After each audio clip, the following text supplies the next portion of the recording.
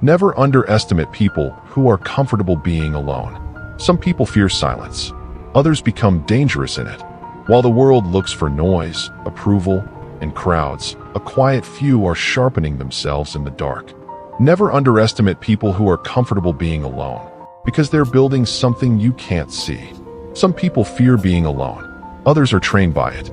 And the difference between those two is power. In a world addicted to noise, validation, and constant attention, the ones who walk alone quietly unsettle everyone else. This is a story about one of them.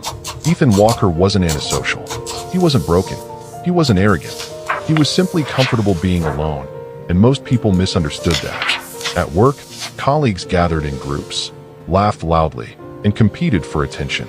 Ethan stayed quiet, ate alone, worked late, and left without saying much. People assumed silence meant weakness. They were wrong. What they didn't see was what happened when the office emptied and the noise disappeared. While others escaped into distractions, Ethan stayed. He studied, planned, reflected. He used solitude the way athletes use training, deliberately. Being alone forced him to face his thoughts, his fears, his limits. Most people run from that. Ethan didn't. Years earlier, he was burned out, overlooked, and close to quitting on himself. That pain pushed him inward, and solitude became his teacher.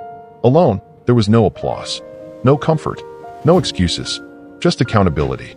He learned discipline in silence, focus on stillness, confidence without validation. While others depended on motivation from outside, Ethan learned how to generate it internally. That's the dangerous part about people who are comfortable alone. They don't need permission, approval, or crowds to move forward. When the company announced a major leadership position, no one expected Ethan's name to be mentioned. He wasn't loud, he wasn't popular, he didn't network aggressively. But results don't care about popularity. Behind closed doors, when it mattered most, Ethan had already built what others hadn't: clarity, discipline, and unshakable calm.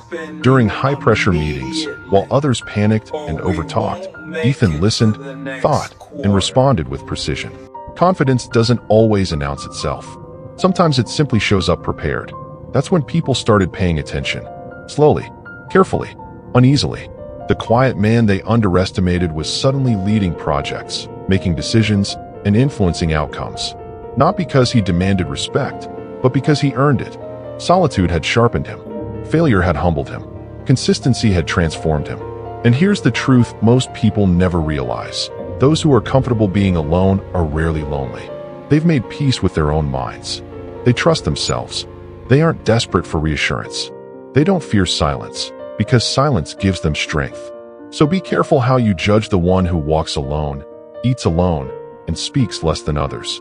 They may be building quietly, while others are only performing loudly. Never underestimate people who are comfortable being alone. They tend to shock the world when it's time to rise. Solitude is not isolation, it's preparation. If this story made you pause, reflect, or see silence differently, subscribe to Dark Mind Whispers for more stories that strengthen the mind and awaken inner power.